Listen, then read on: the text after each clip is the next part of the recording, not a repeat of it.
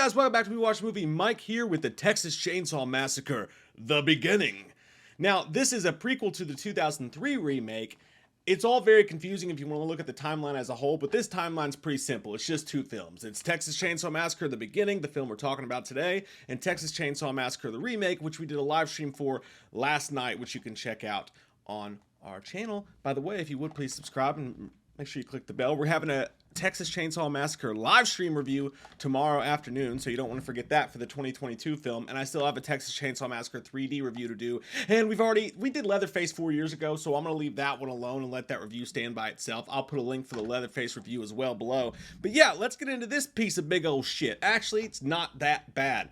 I looked it up on Rotten Tomatoes, and this film got dog shit on. You know why, don't you? Because them Rotten Tomatoes boys don't know nothing about nothing. What they know is art house films that nobody actually wants to fucking watch. If they do say they want to watch it, they're fucking lying. Or they like Marvel little boy Marvel movies that make them feel all warm and gooey inside. They don't know shit about shit, man. Just a little fart in the wind is y'all's goddamn opinion, man. I'd rather trust a dude that works down at Piggly Wiggly to give me movie reviews, because all his stupid Twitter friends ain't telling him what to say. He's just a man or woman doing what he wants to do. That being said, if you're watching Rotten Tomatoes, I would like to throw my face in the ring. Get your boy inside of it. And I think the reason is because I don't think it's as bad as Rotten Tomatoes critics say. Even had a negative audience score, by the way. But I think that this came out at a time where everyone was just sick of these movies. This was the mid-2000s where, and we talked about this bit in the live stream last night, it was the mid-2000s where these movies would come out and they would be grody and gross and mean, and then they would come out with a DVD that was even grody and grosser and meaner, you know, with the unrated cut. The Hills Have Eyes remake, the Texas Chainsaw one, the Friday the 13th, 2009, all these films, these like had this grindhouse, like they weren't grindhouse films, but they had this grindhouse look to them sort of, or like this weird, they all kind of had the same dark, rusty cinematography. High Tension was one of them, or Hot Tension Croissant. I think that trend had worn thin on people. So when The Beginning comes out, and this is the grossest, in my opinion, maybe next to the original, because just the original's not, they don't show you more, but it just, you can smell it because it feels like it's been baked in the hot Texas sun with a bunch of animal corpses around, because it literally was. So I think some of that translates. But I think this is the grossest, if not the grossest, it's one of the grossest Texas Chainsaw Massacre films. So the movie comes on the heels of the 2003 remake that did so well financially, and the producers kept getting asked, Platinum Dunes and all them, like, hey, can we get a sequel? And they were like, no, no, says I. But then people would ask, hey, how did Lee Irby's character get his teeth knocked out? Like, how did all this shit happen? So they thought of a prequel, which I think was a pretty genius idea when you watch it. And I think it's actually well written. It's a cool idea how they set this whole thing up. It's written by Sheldon Turner, who actually wrote X-Men First Class. I think one of those Oscar-winning films with George Clooney, Up in the Air. You know, the guy's written some shit. It's not like they found him giving blowjobs in the back of an Arby's parking lot. This guy's like a legit writer, like he does some good stuff. You know, and there's nothing wrong with giving guys blowjobs in the back of Arby's parking lots. You know what I'm saying? Like, actually, you know what? Those guys probably have the best stories. So I retract my previous statement. That guy has stories. Why'd y'all pay him back to me when he mentioned dudes giving blowjobs in Arby's parking lots? Why would you assume I had something to say about that? Maybe it's because I did it. I didn't know. I bit it off and ate it. That ain't gay. And there's nothing wrong with it if it is. I'm just saying, I only wanted to... Look, the beef and cheddarite didn't fill me up. And it has the same look and feel all through it as the remake did. You know, it's got that same grimy, like butt crusty feel to it, but it's a little grimier and more butt crustier. I don't think the characters were that good this time around. I mean, the acting list is crazy. Shailene Woodley, Jordana Brewster as Chrissy. She is to me, she's probably the weakest of the bunch because she's supposed to be a replacement for the Jessica Biel, Sally Hardesty type character. She's supposed to be the replacement for that. She even has like the white tank top and the jeans. You know, Leatherface is wondering, like, why do all these half-naked women just keep coming into my neighborhood? Like, what is going on here? It's like going to fucking Target. You know what I mean? Sorry, ladies, but you know you love fucking Target. No, I'm just not a Jordana Brewster guy. I don't, no offense to her. I'm sure she's a lovely lady, but it doesn't work for me. The acting doesn't work for me from her. She's always like, Oh no, you bastard! I can't do it. I can't do it with Jordana Brewster. So sorry for the people who love her, just not my style. Matt Bomer's in this. He's the big, strong dude who's supposed to protect everybody. I had no idea that was Matt Bomer until I saw it afterwards. It was the bad 2000s facial hair that really kept him hidden from me. And finally, Lee Tergesen is a biker in this movie. That fucking dude is the cameraman from Wayne's World. I saw his face and I was like, holy shit, it's not Will Patton. Who the fuck are you? This guy's had an amazing career if you look at his IMDb. He has kept fucking working. But yeah, it's this dude. I love you, man. No, I love you. And of course, one of the greatest characters in this entire series of all time, Lee Ermey, is back as Sheriff Hoyt. Fucking scurry potatoes. Now, best thing that this movie does is it explains how Texas Chainsaw Massacre happened. And I think that they did a good job of it. I really do. It's not my favorite movie in the series, and we'll get into why. But it starts out, okay, and you actually see Leatherface born, which was a ballsy choice, Cotton. Let's see if it pays off. There's just this woman working on the factory, and she's like, oh no, here it fucking comes. I gotta take my break now, mister. And then just blood and piss start coming down her leg, and it's really gross, like real gross. And then she falls over, guy runs over to her, and he's like, God damn it, darling, shut the fuck up. And then she has a baby. And then they're like, oh, that's the ugliest damn thing I ever seen. Y'all think that's funny? Huh? Y'all think it's fucking funny, don't you? Making fun of ugly babies, huh? Little innocent children born on the internet. I mean, not born on the internet, but their mamas take pictures of when you look at your Facebook and go, oh my God, that's an ugly baby, ain't it, Carla? Them little babies y'all making fun of, okay? Let me tell you something. First time I ever met my uncle, all right? He's watching The Sopranos. I walk in there. My mom walks in there. She shows it to me, or that lady that picked me up out of the trash can, whatever. They show me to my uncle for the first time, and he looks at me, he goes, God damn. He said, shit, that baby looked like he fell down the ugly tree and hit every branch on the way down. Oh, I ripped out his throat and said, gabagoo. They put it in a trash can. And then this old lady shopping at Save-A-Lot's walking down the street, and she hears the baby in the trash can and picks a scab off her face and then picks up the baby and takes it down the road. Leatherface is born into this fucked up family. And that's how his story happened. Next thing you know, he's working at a fucking meat house.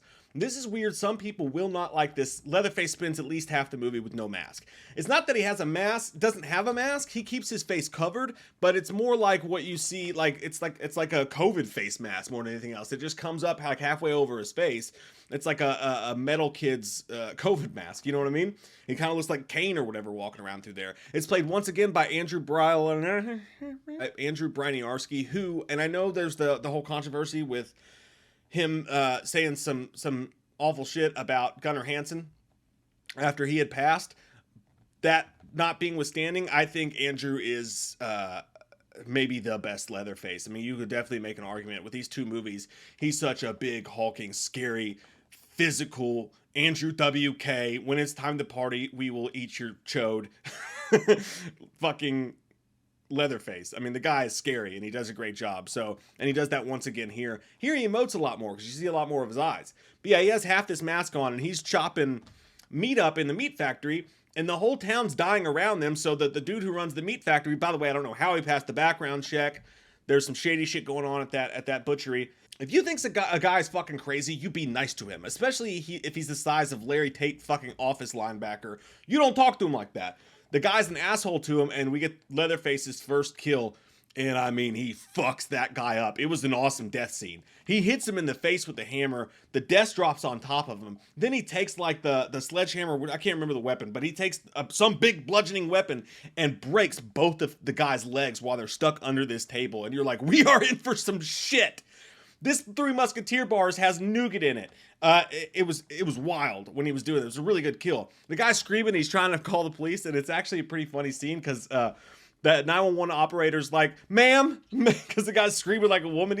She's like, ma'am, you're gonna have to speak clear to that, ma'am. We can't understand you. And then Leatherface turns around and he sees a chainsaw, and he's like, that is an upgrade. I'm going to have that. He takes it. He walks down the street, down that lonesome road. It's just like the cover of the movie that you see. I'm wearing your dad's clothes and his face after I slit his throat. Don't know where to go, feeling hungry, might go eat a chode. I thought what came next was even better, how they explained, Because you're wondering throughout this entire series, you're like, okay, really? Like they butcher all these people and nobody ever comes poking around, nobody finds out, there's nowhere to escape to. You're kind of like, when it comes to this series sometimes, how does that even work? How do they really run this town tonight, Rihanna? The sheriff goes to the house after he finds the body, and he knows that Leatherface did it. And this is his words. He says, your tarred nephew killed a man. We're going to have to go get him. I'm going to need your help. So get in the car. They find Leatherface walking down the road just holding the chainsaw, not looking like he did anything at all, totally innocent. And they get out of the car, and Lee Emery just takes the dude's shotgun. He's like, Sheriff, we got a problem. The dude turns around and just BAM! Blew his fucking head to smithereens. He leans over and he looks at him. He's like, well, shit, I just killed the whole sheriff's department.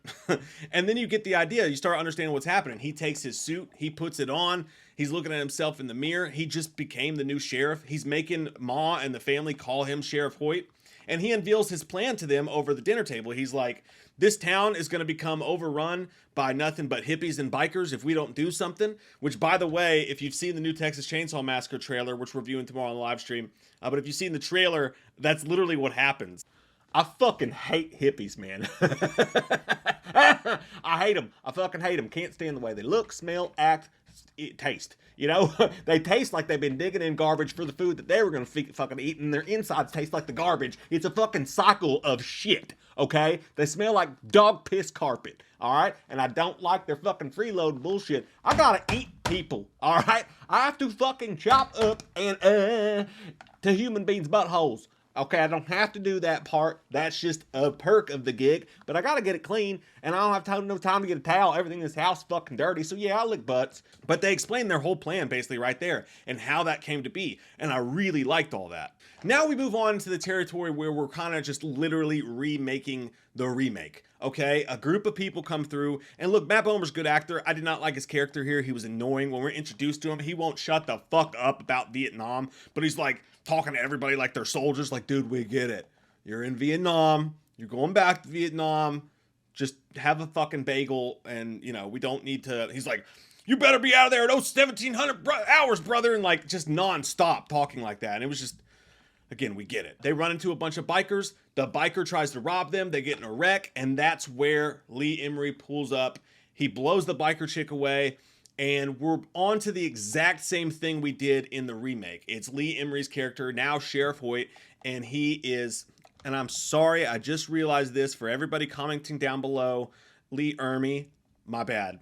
My mistake. I've been saying it that way the whole time. My brain just, I keep doing that. I get it backwards every single time. So my apologies. It's Lee Ermey, not Lee Emery. But we're on doing the same thing. So he's torturing them, and the movie just grinds to a fucking halt here. This is what I don't like about the movie. I mean, it grinds to a halt.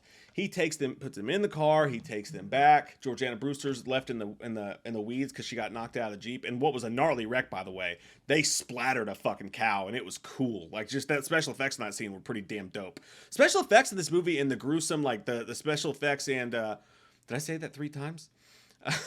But the gore and the practical effects and all that stuff was really done well throughout this entire film. Some of the best of the franchise. But yeah, I mean, it just, that whole entire thing just slows down the plot of the movie entirely. Now, when we get finally into it, when Leatherface finally shows back up and the biker dude comes looking for his girlfriend again, that whole scene happens. There are some gnarly deaths. The biker dude from Wayne's World, they throw him on top of the chainsaw, and then Leatherface runs upstairs and revs it up while the dude's being forced to lay against it and just chops his entire body in half, which was a dope-ass death scene.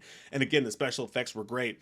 The main dude, Matt Bomer's character, is the one that gets, just like in the other one, he's the one that gets tied to the table, and Leatherface is literally taking shards out of each one of his arms, just like chunks and chunks, until both of his arms are all like spirally and gross looking. They look like hamburger meat. It's disgusting, and I love it. Oh, it's so disgusting. It's nasty. Oh my God. But you'll eat that fucking steak? That prepackaged steak you got down at the Piggly Wiggly, won't you? Huh? You'll walk in Waffle House and you'll wash them with fried the fuck up right in front of you, won't you? Won't even think twice about it. That was once a cute fucking animal. You know what I like better than humans? Fucking animals. So you know who I'm gonna eat? Fucking humans. Fuck you. Have a nice night. Vegetarians can suck it too. He's the one whose face he ultimately ends up taking after he chainsaws him through the midsection in a gnarly, awesome scene. How many times I gotta say gnarly? This movie's just fucking gnarly. Jordana Brewster's character is hiding under the table, and he puts the chainsaw through the guy's midsection, and the chainsaw's like right in her face and she's getting sprayed with blood, and it's intense. It's really cool if you like that sort of thing. If you're a fucking sick bastard like me who dips his french fries in his Frosty. Just kidding, who doesn't dip their french fries? You're a sicko if you don't dip your french fries into your Frosty. What's wrong with you? Do you not enjoy life or living? You fucking coward. He's the guy whose face he takes, and then we get the first scene of Leatherface actually wearing somebody's face. It's funny because beforehand you could see the bells going off in his head because he's like grabbing his face and he's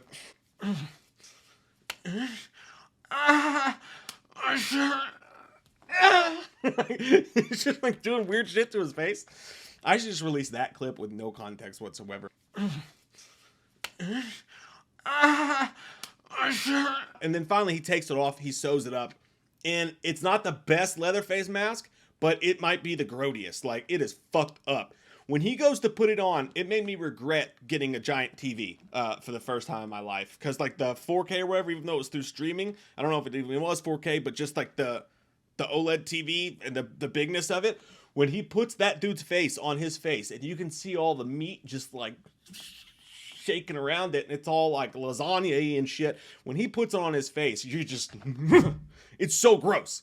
And then they show the dude's body afterwards, and not only is his arms hamburger meat and he's got a hole in his chest, but I want to take his face off. Like, his face is off of his body and his teeth are sitting there like you know what I mean? He looks like me after on Super Bowl Monday. The whole movie is so gross. You know, and one thing I want to note too is that Sheriff Hoyt's character is actually nice to Leatherface in this one.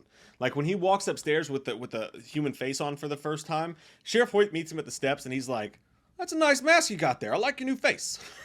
Like, he's nice to him. It's kind of a weird difference. Damn, is Sheriff Hoyt not amazing? Like, is Lee Ermey just nails this franchise? I mean, I enjoy that character so much. As much as he disgusts me and grosses me out, he actually scares me. Like, you know what I mean? He scared me in the remake and he scares me in this one. You know, I'd prefer that by far over the way over the top characters that we typically get at like the dinner table scenes and whatnot. Lee Ermey's my dude for that. You know, I think he did a great job. And just the fact that he's supposed to play a younger version of himself and you just believe it. Like, he twisted his acting performance in this in such a way that like you believe this is the younger version of Sheriff Hoyt. And I thought that was pretty cool, and you know, he should get some credit for that for sure. But Dean gets out, he gets loose, and he takes his face and like bashes it against the porch over and over and over again. And that's where Sheriff Hoyt lost his teeth. But Jordana Brewster's out and she's loose. Leatherface is chasing her, and he looks fucking awesome, by the way. He looks big, scary, physical, all the things that I want a woman to be in bed. He was just doing a great job. He was doing a great job. I'm kidding, by the way. Dean goes to save her and just gets obliterated with the chainsaw and then just like thrown into a locker. And he goes after her. Leatherface is actually smart in this scene. This was very different for Leatherface's character. For the first time ever, he was real smart. And she finds a car, she's driving down the road, but right before that in the chase scene, you can see him looking at her.